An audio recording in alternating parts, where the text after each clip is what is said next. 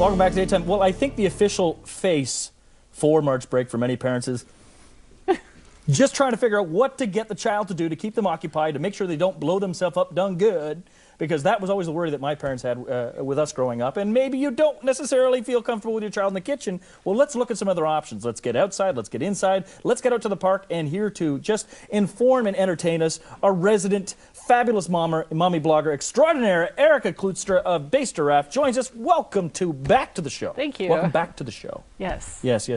But this is it. This is your life. This is something that you take very, very seriously. And again, March break for a lot of people. There can be certain limitations, geographical, financial, and all sorts of things. And you brought kind of some items along with you that kind of cover all. Yeah, well, I wanted to make sure people aren't just letting their kids just sit there and watch TV all the time, because there's more to do than just sit and do nothing at all for the whole week. It should be a fun week for your kids. And some families can actually go somewhere warm. They have time, they have the vacation, they have the money and stuff to be able to go to the beach. And so I brought a product for the beach. It's called Sand Gone. Sand Gone. It's invented by a mom who got tired of her kids having sand all over them and not being able to get it fully off. You can towel off as much as you can, but you still have that scratchy feeling. And I actually tested this product out. It's just a powder, and it makes your skin feel soft. It really does. You don't have the scratchy feet. You can put your feet back in your shoes and not worry about it. So it works to eliminate the sand, exfoliate, soften the skin, and I noticed it comes with a little applicator. And you let me smell this off camera. I'm going to hold this up. It smells like coconut. So that beach experience, it keeps with you. It keeps with you. And look at don't get it all over you. You're not the boss of me. You have this here. But I notice, I mean, this is meant for the feet and for the hands and that sort of thing. Yeah, for those hidden regions, probably stick this into a turkey baster or something. I don't know. Just try to get those little areas in between. But yeah, soft on the skin, coconuts. But again, really simple product, and it was invented by a mom, which is often what you feature. Things that are mommy developed, mommy approved. So if you are going to the beach this March break, or even just later on, and it's non-toxic and non-talc. Non-talcic? We can come up with a word here. It doesn't contain talc. I think that's what I'm trying to come up. And you write a blog, don't you? I do write. Sometimes I always say that was awesome. So you know. But again, just one of the products. So we've done the beach, and let's talk about when you say watching television. We'll accept the beast to an extent, but maybe incorporate something different. And one of the things that is huge for adults is yoga. But now someone's come along with yoga for kids. Yeah, and my idea was, if your kids are stuck inside on a rainy day, because it's going to be that season where it could be raining out, instead of watching just TV, give them this video. This video is, it's got 2 stories on it. It's got Save the Whale and Condor Trek.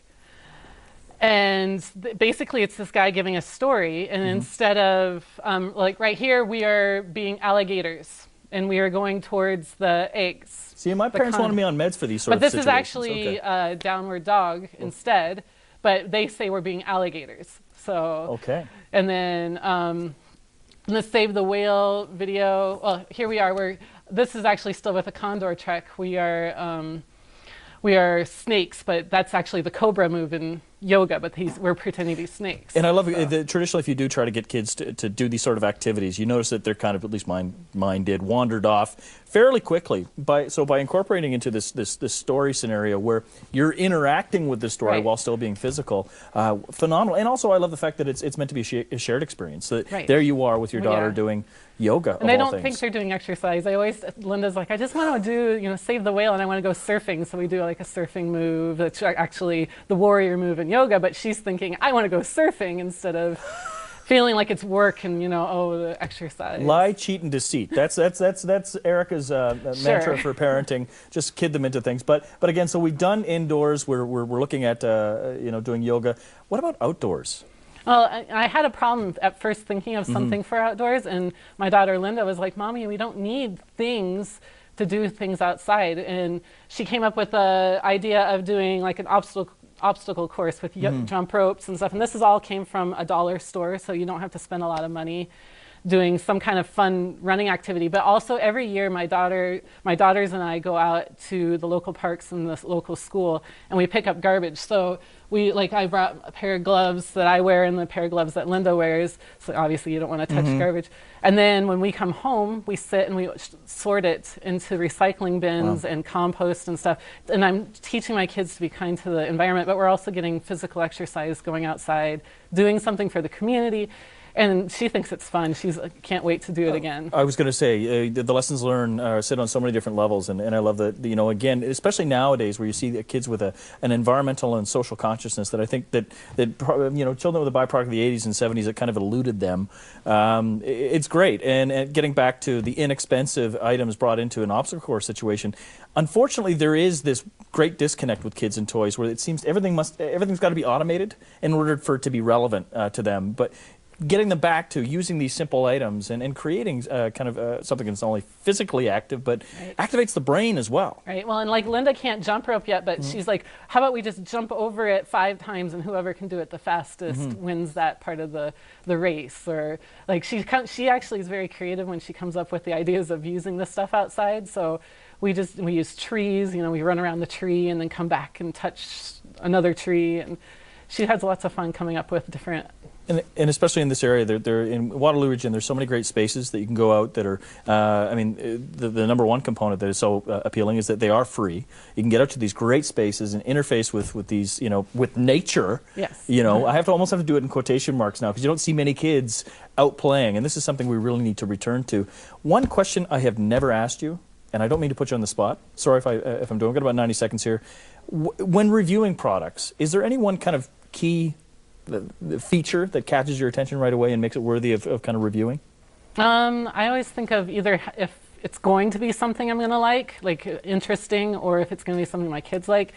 But it doesn't have to be anything spectacular. I love things that are invented by moms or by parents. I love Canadian things that are created in Canada. So those things that jump out at me first, and then just any other company that sounds interesting.